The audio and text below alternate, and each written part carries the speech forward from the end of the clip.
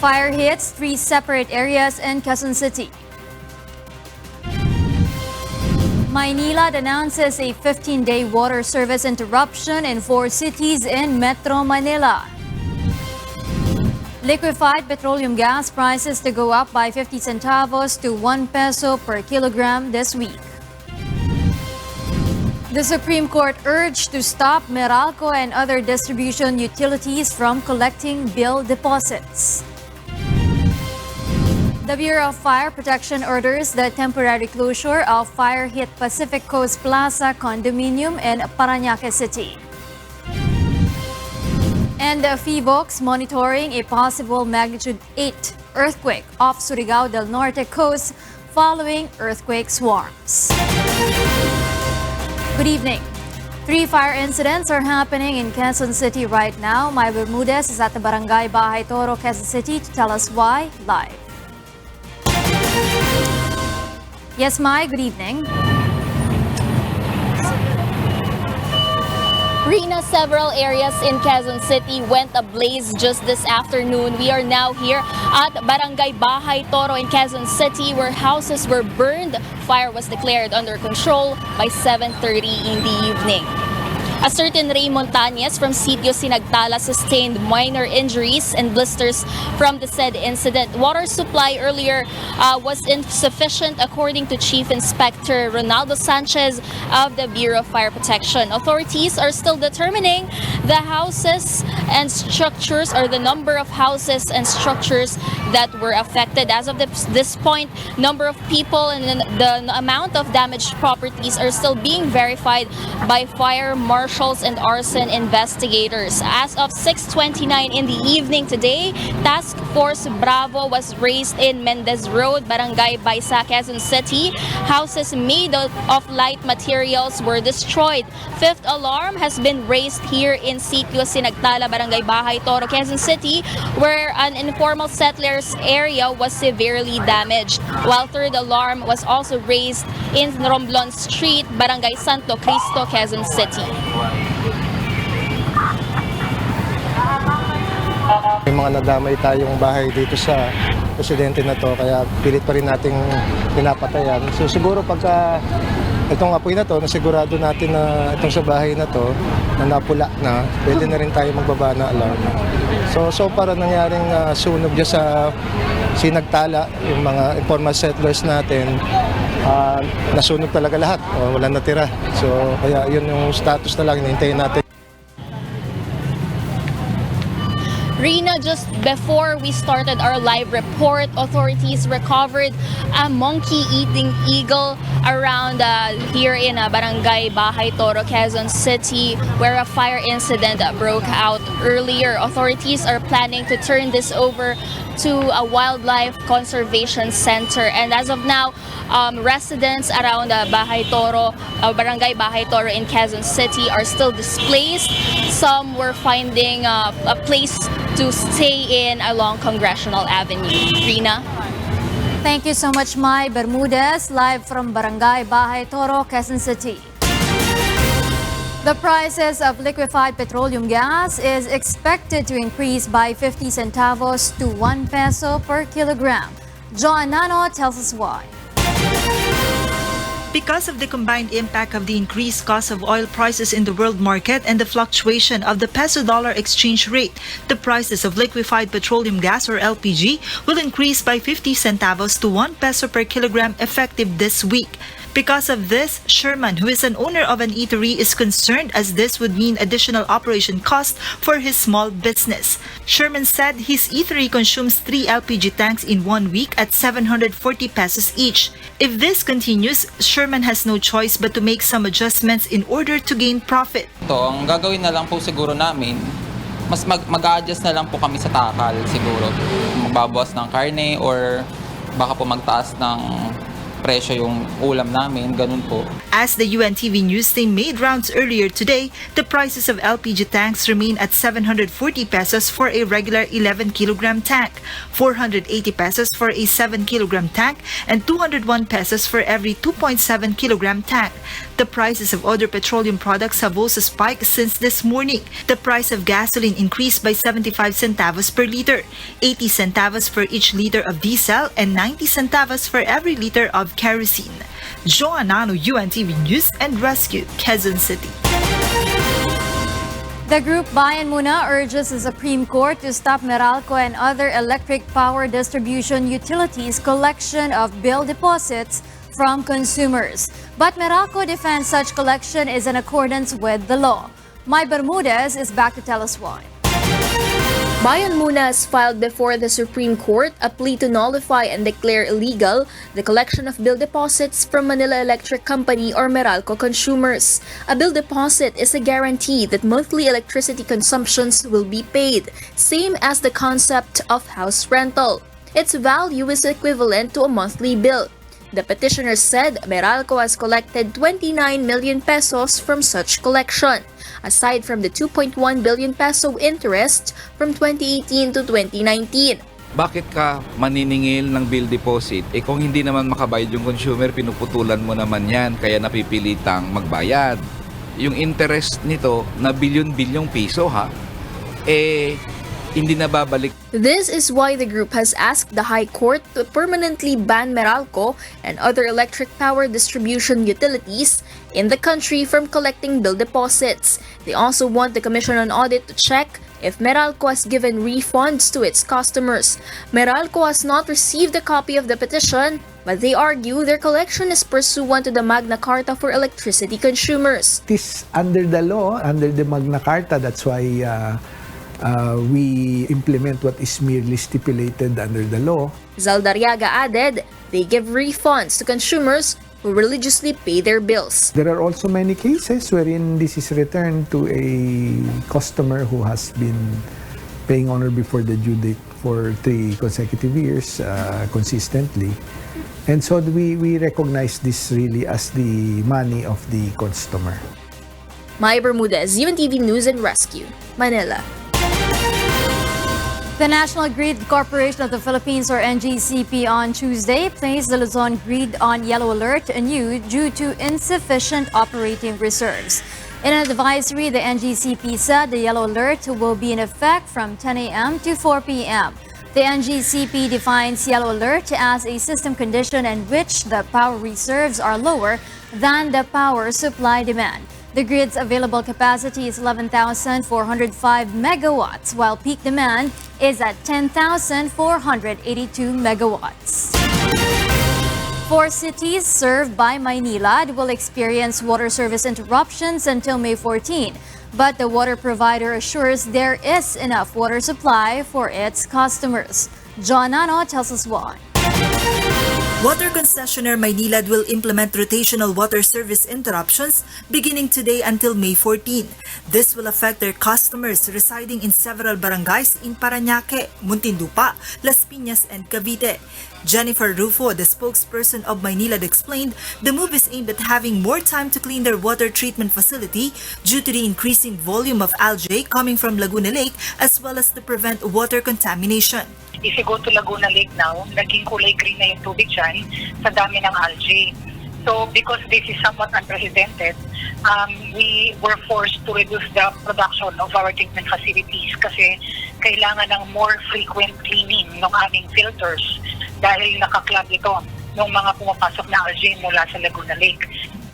In Muntinlupa City, areas affected by the water service interruption are barangays Alabang, Kupang, Sukat, Ayala Alabang, Poblacion, Putatan, and Tunasan.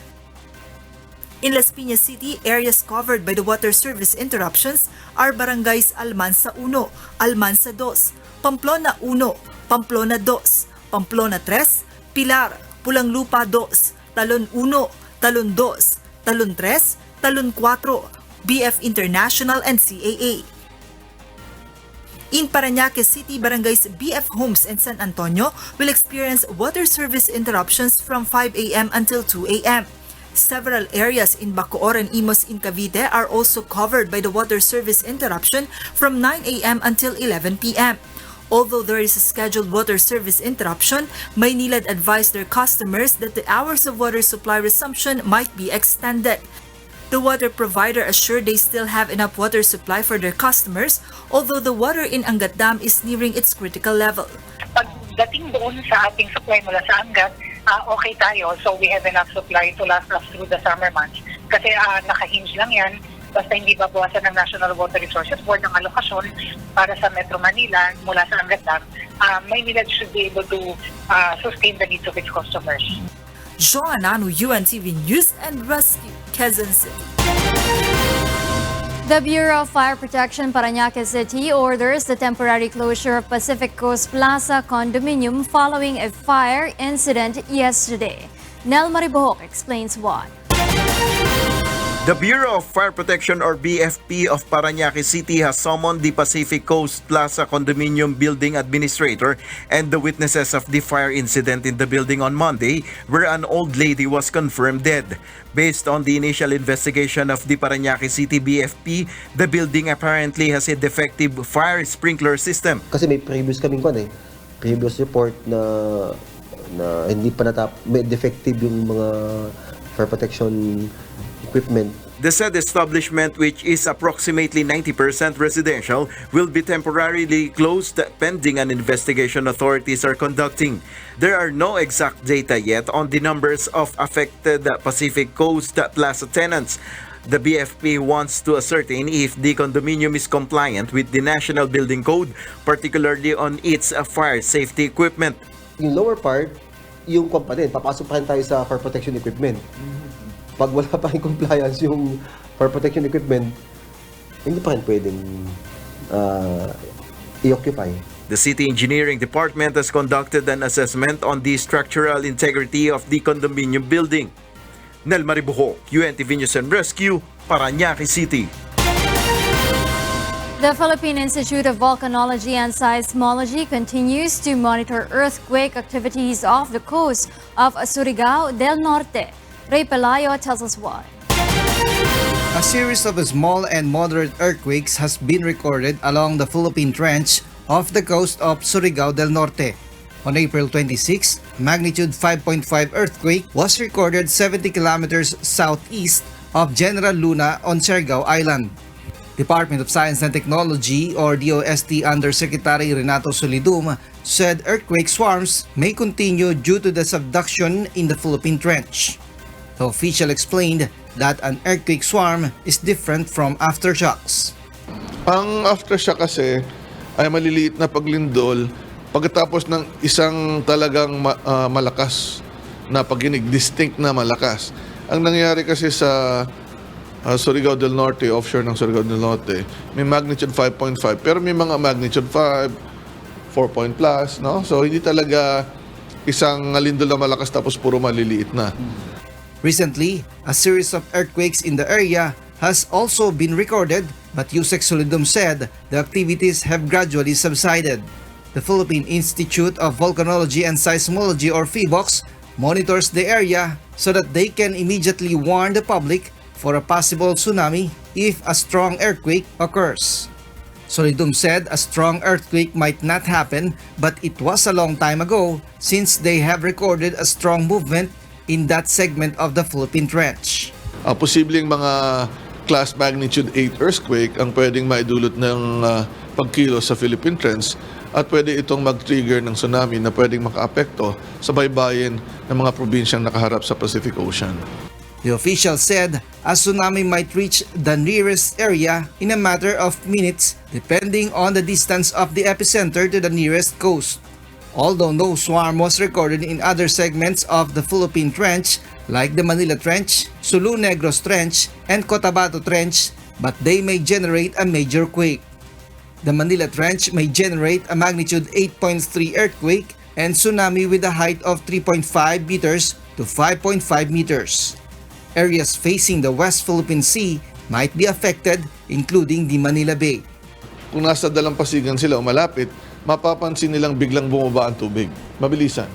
At kung nandun pa sila, malapit sa dalampasigan, pwede silang makarinig ng kakaibang ugong at ito ay senyales na ang tsunami ay paparating na sa dalampasigan. Ray Pelayo, UNTV, News and Rescue, Quezon City. Various areas of Luzon, Visayas, and Mindanao were hit by earthquakes last week. The tremors brought dangers to many. Biblically speaking, what is the strongest foundation people can depend on in times of calamities and natural disasters? June Soriao has this report. Fear, confusion. Sometimes we seem to lose hope in times of trouble. And when a tragedy hits, there seems to be no other choice but to give up. Some die, while others survive. Palabas po kami ng bahay, tas biglang lumindol. Bibili lang po kami ng pagkain. Kaso yung anak ko bumalik sa bahay, kaya natabunan ng pader. Lalaine survived the earthquake but her child did not. Marlo Palasige, an employee of Quezon Supermarket Porac, Pampanga branch, ran for his life out of the store but tripped, which he said was the reason why he survived last week's earthquake. Biglaan lang siya, wala pang 3 segundo.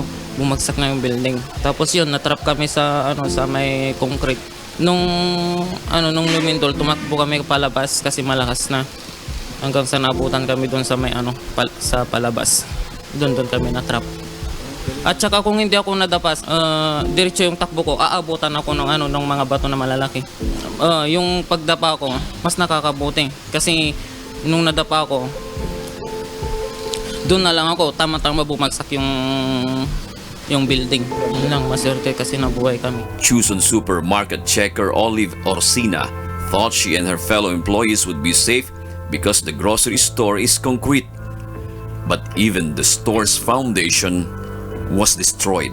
Sumisigaw po ako tapos kumakatok sa may yero, tapos may hawak akong bato. Tulong-tulong sabi. In times like this, we are uncertain how strong a man-made foundation is. In times of calamities, when only God is the only pillar and hope to depend on. That is why more than reinforcing a structure's stability and resilience, it is more important to strengthen our faith in God, according to Brother Eli Soriano.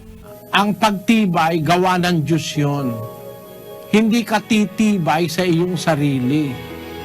Ang nakakatibay ay ang Diyos ang gumagawa nun.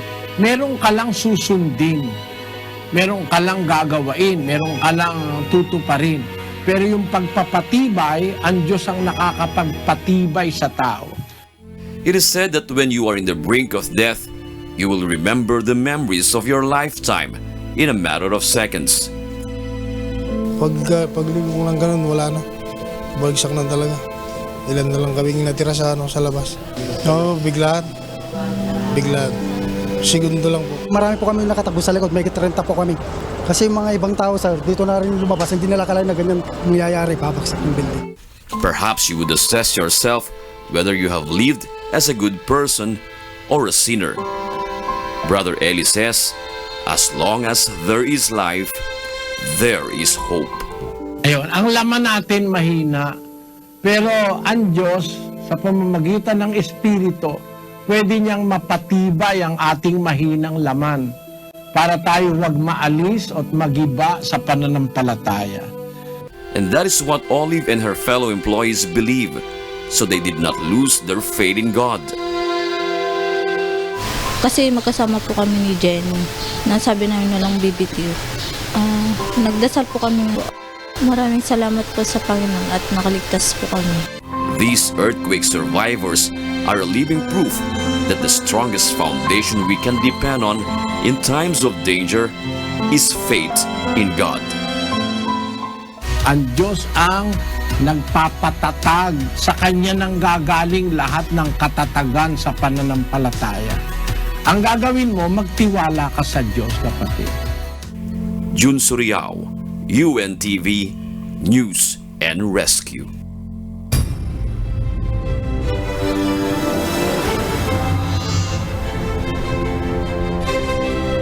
The Commission on Elections considers receiving money from a candidate a form of vote buying, although the voter chooses to vote for a different candidate.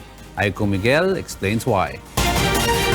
Kung hindi po mabantayan ng pulisya yung sinasabing vote buying, tanggapin na lang siguro natin ng tanggapin yung pera, no? Pero iboto pa rin natin kung sino ang nararapat. I think the best thing here is voters education, no? Malaman ng mga tao kung sino ang dapat talaga nilang iboto, hindi yung nagbigay ng mas malaking pera sa kanila ang iboto nila. This was the statement of Philippine National Police or PNP Chief Police General Oscar Albayalde when asked how the police plan to combat the problem on vote buying. But the Commission on Elections or COMELEC says nothing good in receiving bribe or money from a political candidate. And COMELEC has always said, do not take the money at all. Start to believe that under certain conditions, okay lang to do the wrong thing. And that's not something that we want to encourage among voters. With all due respect to everyone saying differently, we believe that you should just say no to the bribe or to the vote buying attempt and just vote according to your conscience. According to COMELEC spokesman James Jimenez, vote buying is a way in which receiving money deprives someone from their right to ask for help from a candidate who will become a public official. Kasi bayad ka na. And that is the sad and very rude awakening that is in store for everyone who sells their votes. When you sell your vote now for 500 pesos, 5,000 pesos, even 10, 15,000 pesos, remember, that is all you're gonna get for the next 3 years. COMELEC admits it has been a challenge to monitor vote buying in the country. Meanwhile, Jimenez has a reminder to the candidates and the voters. It's an election offense, so you can be sent to jail, you can be fined, and you can be disqualified from holding public office. Both the buyer and the seller, yes. The poll body believes that vote buying is a candidate's desperate move. COMELEC also calls on the public to report cases of vote buying. Meanwhile, the absentee voting for policemen began today. 133 policemen voted during today's absentee voting in Camp Carame. 5,000 policemen have been approved to join the local absentee voting. These are the policemen who will be assigned in areas far from their polling precincts on May 13, the election day. Aiko Miguel, UNTV News and Rescue, Manila.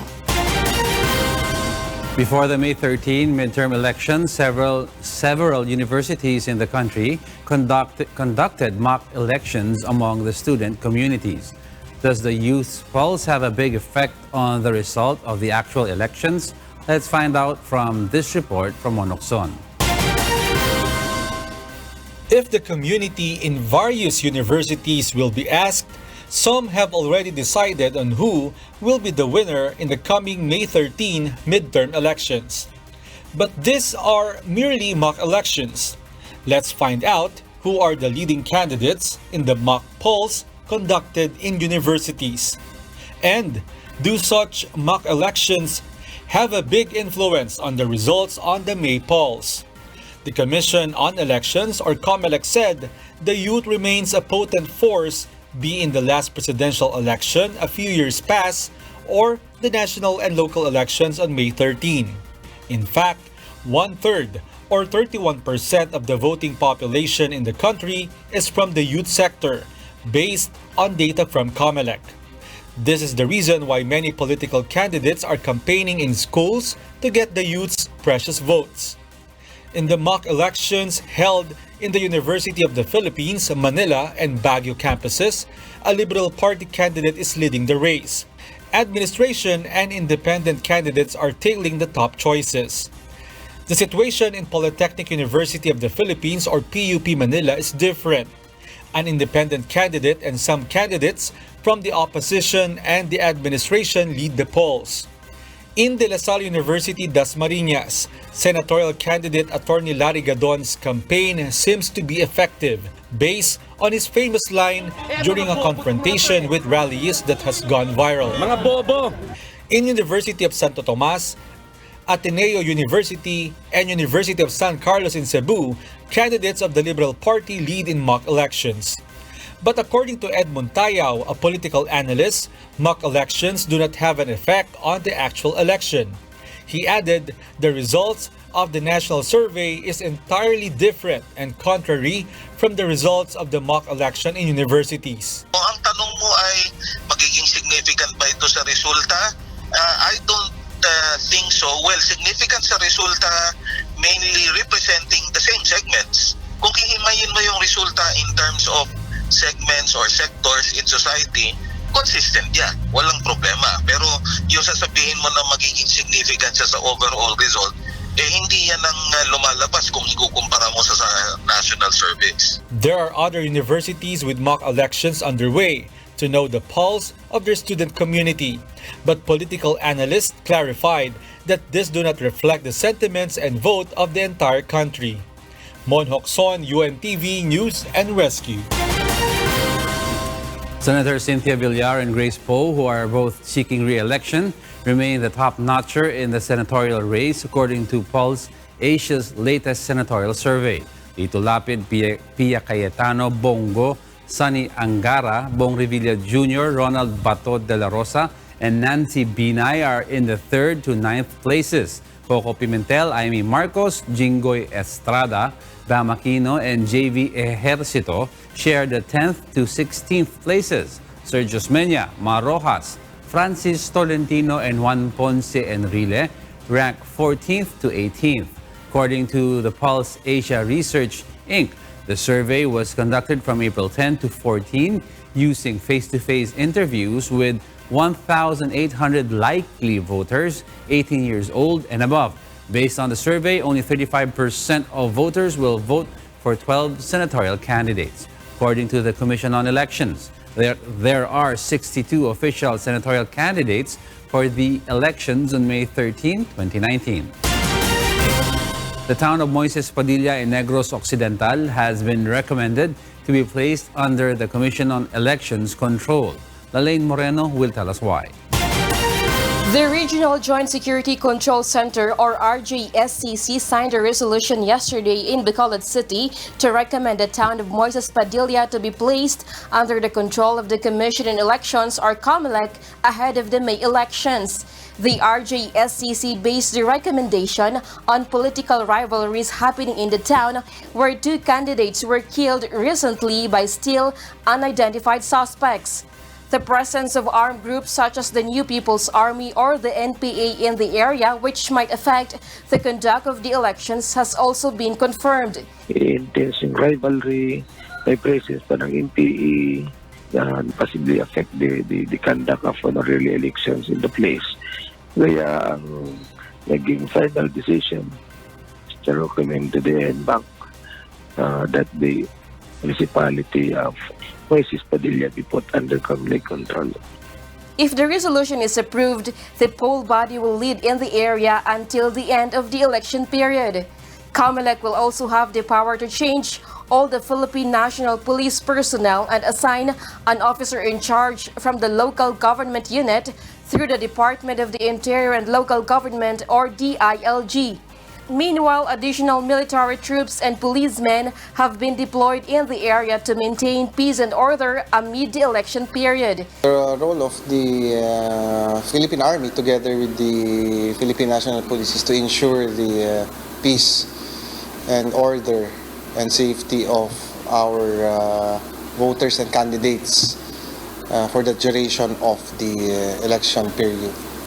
The situation in Moises Padilla remains normal, but authorities are strictly monitoring the town's entry and exit points. Lalaine Moreno, UNTV News and Rescue, Negros Occidental.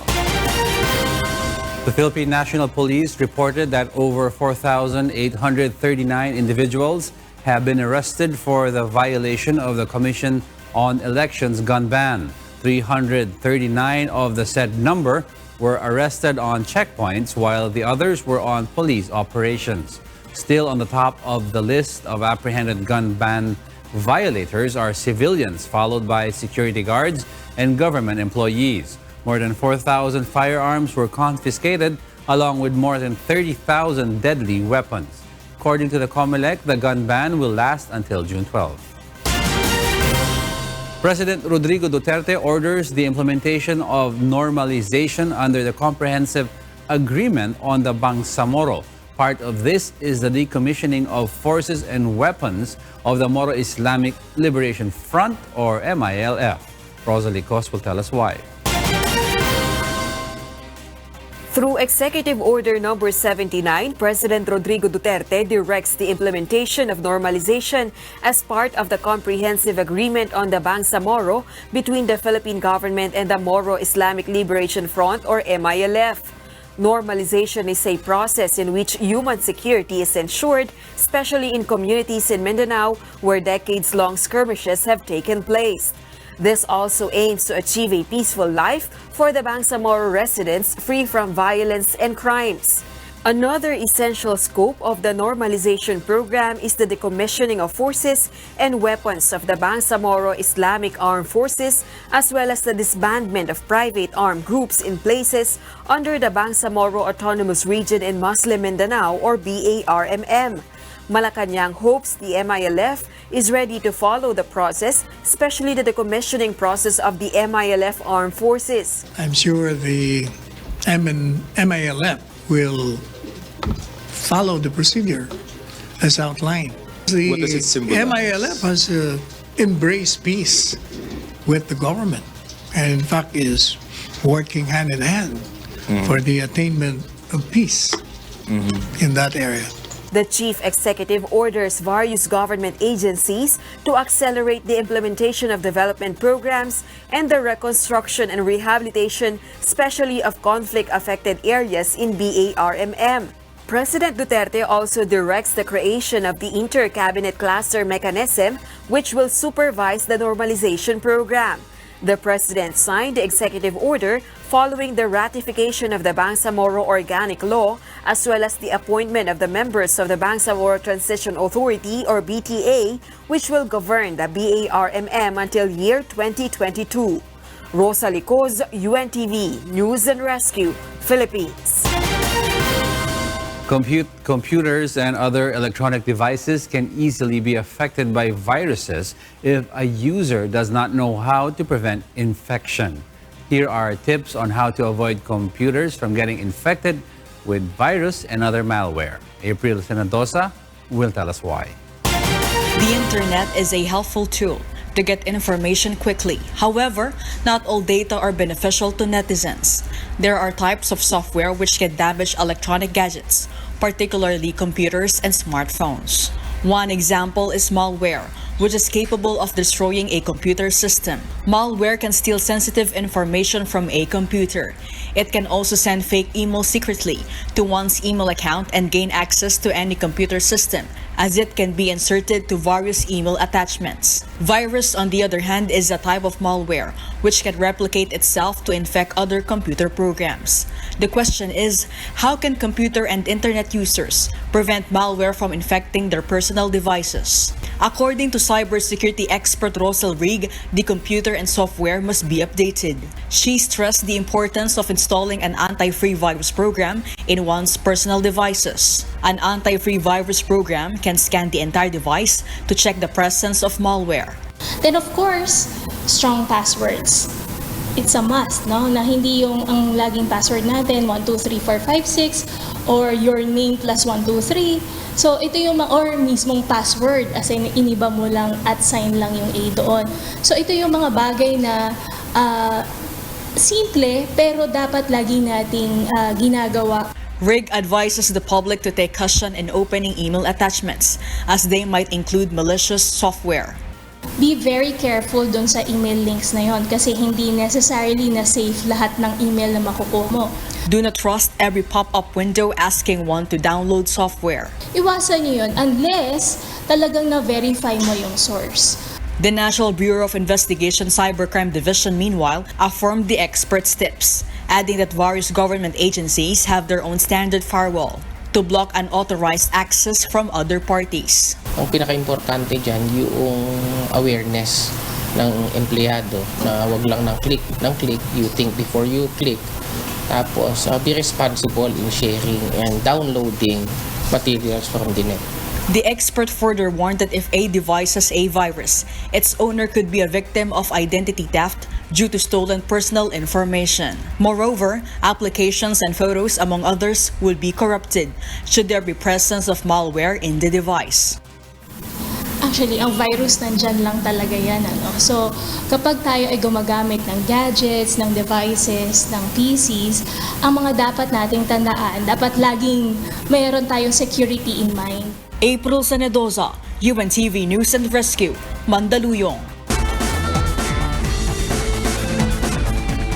Some athletes from Region 6 are disqualified from the ongoing Palarong Pambansa 2019. Marisol Montaño will tell us why. The Western Visayas badminton team cannot join the Palarong Pambansa 2019 after getting disqualified. This following a memorandum the Palarong Pambansa Board issued through the Department of Education or DepEd, stating the said team is no longer qualified due to the issue of home locality after a protest was filed by an assistant coach from Negros Occidental Secondary Boys. According to DepEd, the protest was based on the residency of the athletes, which is part of the rules and regulations of the Palarong Pambansa. The athletes of Iloilo were questioned due to their eligibility, because these players, badminton players, are enrolled in school in Iloilo, but they are residents of Laguna, Davao del Sur, and Cebu. In our ADM policy, kung saan ka naka-enroll at kung saan ka residente, ayun ang masusunod. But the group of badminton players, for their part, questioned DepEd's decision. Are not bona fide. When you said bona fide, hindi sila taga roon talaga, but they are resident po of number 9 Ortiz Street, Barangay Ortiz, Iloilo City. May katibayan po ako dito, barangay certification po. Meanwhile, in the ongoing Palarong Pambansa in Davao City, the National Capital Region or NCR is leading in the DepEd's partial and official medal tally as of 6:11 p.m. today with 19 gold, 17 silver, and 8 bronze. Marisol Montaño, UNTV News and Rescue, Davao City. Cebu Pacific has announced more domestic flight cancellations after it canceled dozens of flights from April 28 to 30. In a statement released late Monday, the budget airliner said it will be canceling 58 round-trip flights from May 1 to 10, 2019 as part of their ongoing efforts to improve time performance and reduce disruption to their passengers. Affected travelers may rebook flights within 30 days from the original flight schedule free of charge, get a full refund, or place the full cost of the ticket in a travel fund. Passengers may also reroute to and from alternate airports for travel within 30 days, subject to availability of seats. Cebu Pacific also says passengers on canceled flights will receive one round-trip travel voucher, which can be used for future flights. The management of Cebu Pacific earlier apologized for the inconvenience caused by the cancellations and assured it is extending every possible help to affected passengers. For other information regarding the canceled flights, you could visit the Cebu Pacific Air website. Meanwhile, the Department of Foreign Affairs has appealed to 60 Filipinos working in Ali Omar Ashkar Hospital in Esbea to immediately take shelter at the Philippine Embassy after 2 artillery rounds struck the hospital on Sunday, April 28. Charge d'Affaires and Philippine head of Commission El Mercato said that hospital administrators have informed them that they could no longer assure the safety and security of the Filipino staff in the facility. In view of this, the embassy appeals to our kababayan working in the hospital to evacuate to safer locations. The embassy said they can accommodate those who wish to evacuate until it is safe for them to return there.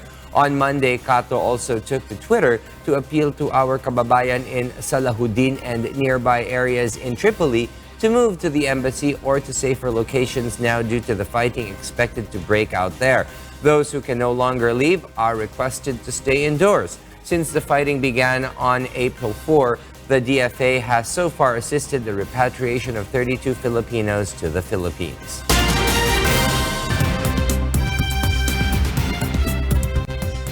And for the news abroad, Japan's Emperor Akihito has declared his abdication and delivered his last public address as emperor in a historic ceremony in Tokyo.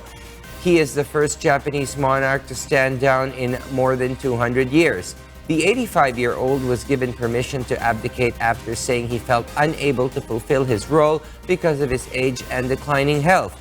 Crown Prince Naruhito will ascend the throne on Wednesday, beginning a new era.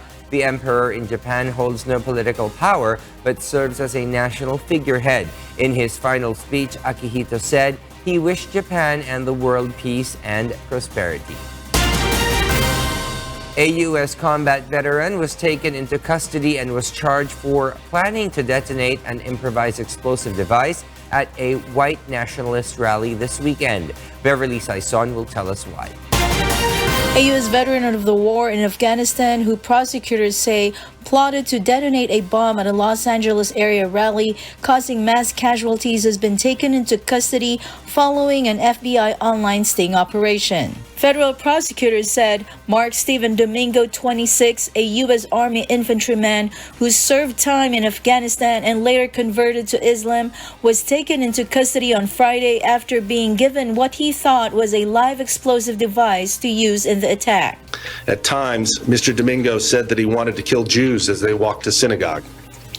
At other times, he said he wanted to kill and target police officers, attack a military facility, or attack crowds at the Santa Monica Pier. He even wanted to murder a neighbor, which he said could serve as a prelude to a much larger attack. Domingo was charged in a federal criminal complaint with providing material support to terrorists and was ordered held without bond during a brief initial appearance in U.S. District Court in Los Angeles on Monday. According to a criminal complaint, Domingo met the FBI informant in a private chat room in March, telling him he wanted to carry out an attack against America in retribution for the massacre of 50 people that month at 2 mosques in Christchurch, New Zealand. Meanwhile, visitors to California's historic Santa Ana Monica Pier expressed concerns over the plotted attack. Sounds really terrifying, actually. People just visit here, just have to get a good time and see like nice views, and knowing that someone was actually plotting or trying to, do a terrorist attacks, you're concerned about your safety, basically. Well, I suppose it's intimidating to hear that. It invokes a lot of fear. But I think we're kind of living in an age of a lot of fear. It certainly doesn't make me feel safe, but at the same time, I think that's the nature of our world today. We're going to have that for a while until things change for the better. Beverly Saison, UNTV News and Rescue, USA.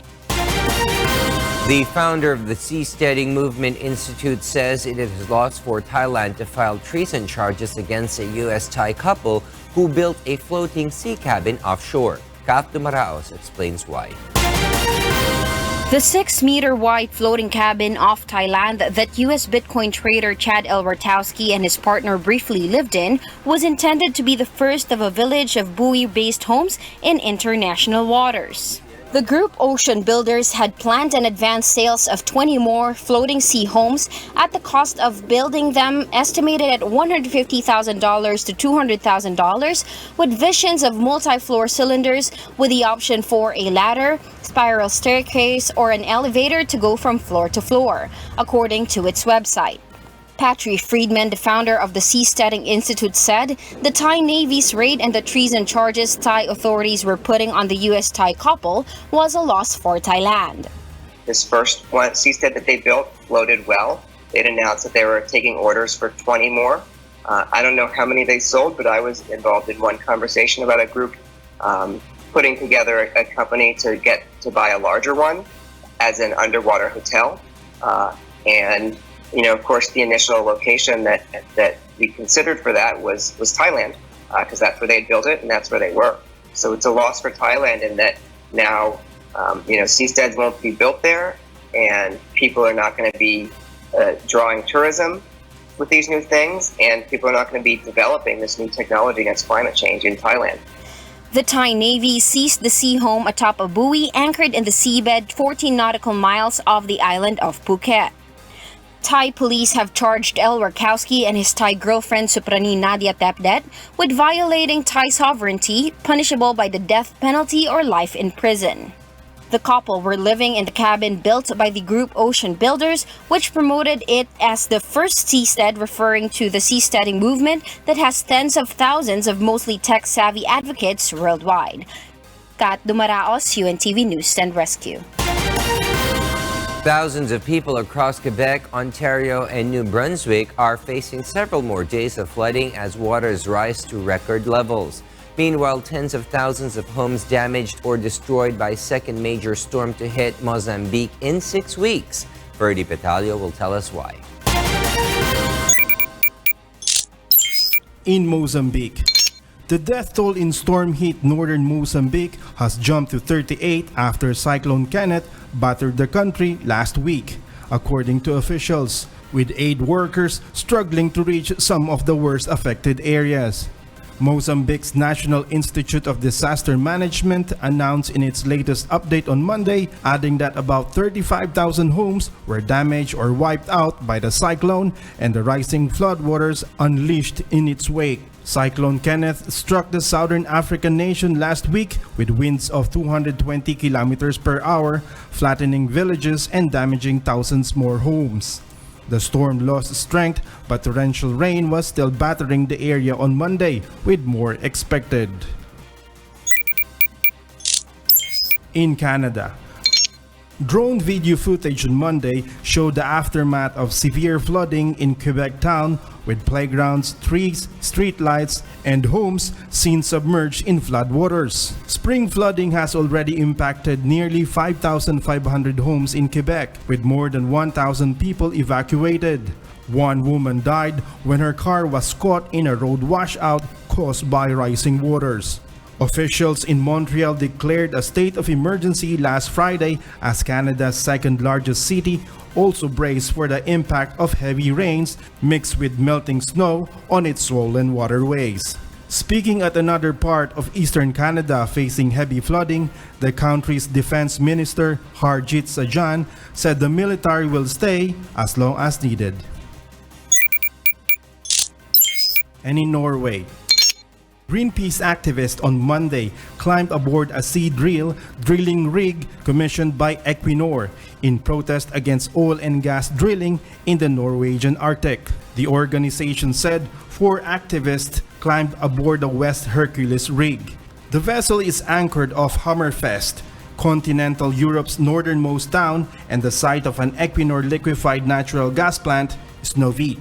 The activists are from Norway, Sweden, and Denmark and carried signs saying, "Stop drilling in the Arctic" and "Ban new oil." That we have already found more oil, coal, and gas in the world than can afford to burn to avoid catastrophic climate change. We must absolutely not go up in the sensitive Arctic and look for more. The rig is due to drill a well in the Equinor-operated production, license 859 in the eastern part of the Barents Sea, some 435 kilometers northeast of the coast of continental Norway. Ferdy Petalio, UNTV News and Rescue. A Dutch duo won the PFA Players of the Year awards, while squads from Finland and the United States claimed wins at the World Cheerleading Championships. Asher Kadapan Jr. will tell us why. Virgil van Dijk and Vivian Miedema, both from the Netherlands, won the top honors at the PFA Player of the Year Awards on Sunday. Liverpool defender Van Dijk was the first defender to win the Men's PFA Player of the Year since John Terry in 2005, while Arsenal's Miedema took the prize after a stunning title-winning season where she averaged more than a goal per game. The men's award going to City forward Raheem Sterling, and the women's award going to City's Georgia Stanway. Meanwhile, squads from Finland and the United States claimed wins at the World Cheerleading Championships Friday in Florida. The Finnish team earned their gold medal for the best routine in the all-girl premier class, while the U.S. topped the co-ed premier class rankings. The International Cheer Union, the sport's governing body, held the 3-day event at the ESPN Wide World of Sports complex in Orlando, Florida, where teams from more than 70 countries took part. Asher Kadapan Jr., UNTV News and Rescue. The town of Amboise in France prepares to commemorate contemporary artist Leonardo da Vinci. Abby Valdez tells us why. As France and Italy set aside recent tensions to honor the memory of Leonardo da Vinci, commemorations for the Renaissance genius's 500th anniversary begin this week in Amboise, the town where he spent his final years. Aged 64 in 1516, Leonardo da Vinci left Italy to enter the service of King Francis I of France. Many of his masterpieces followed him and were sold to the French monarch.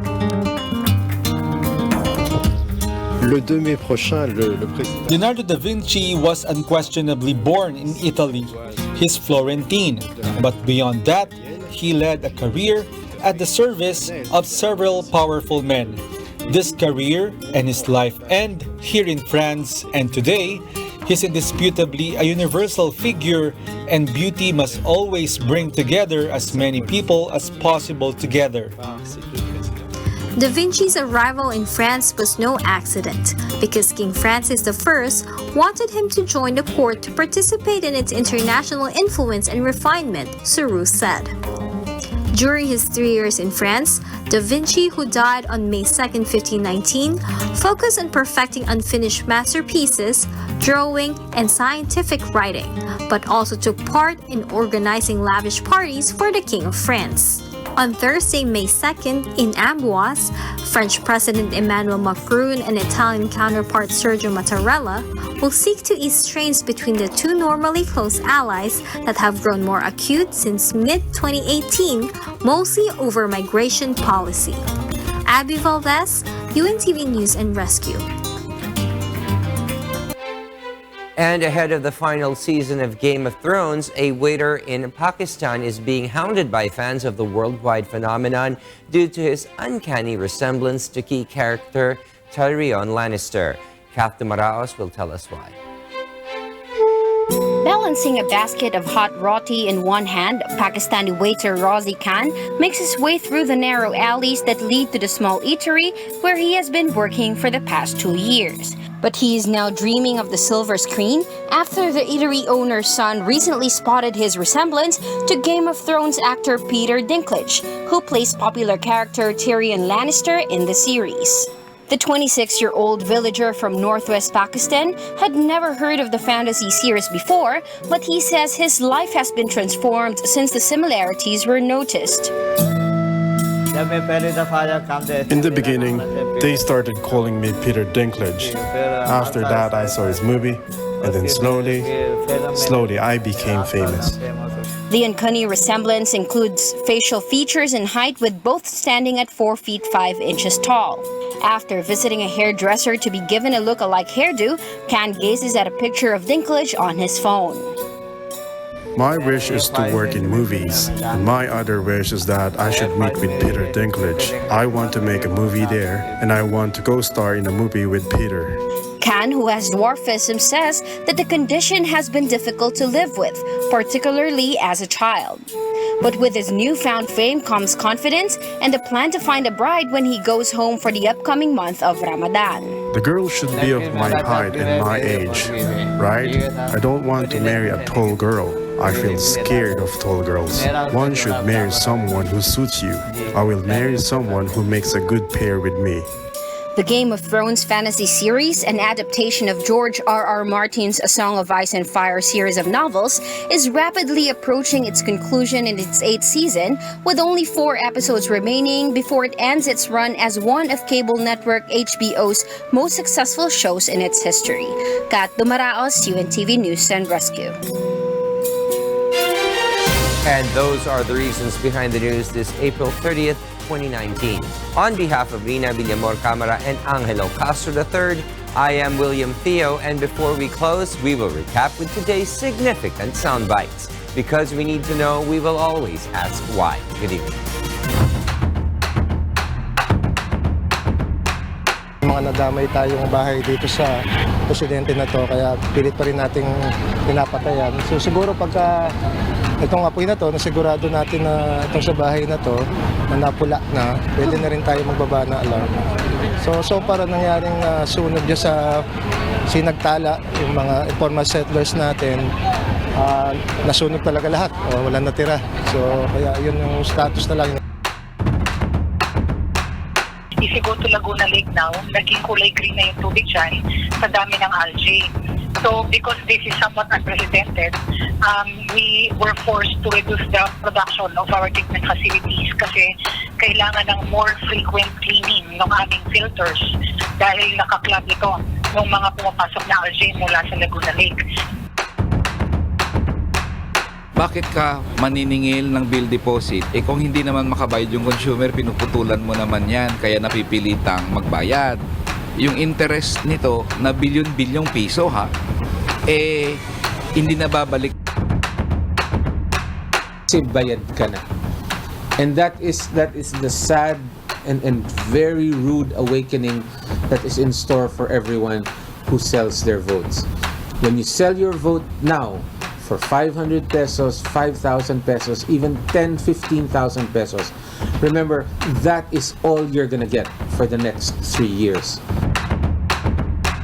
The athletes of Iloilo were questioned due to their eligibility, because these players, badminton players, are enrolled in school in Iloilo, but they are residents of Laguna, Davao del Sur, and Cebu.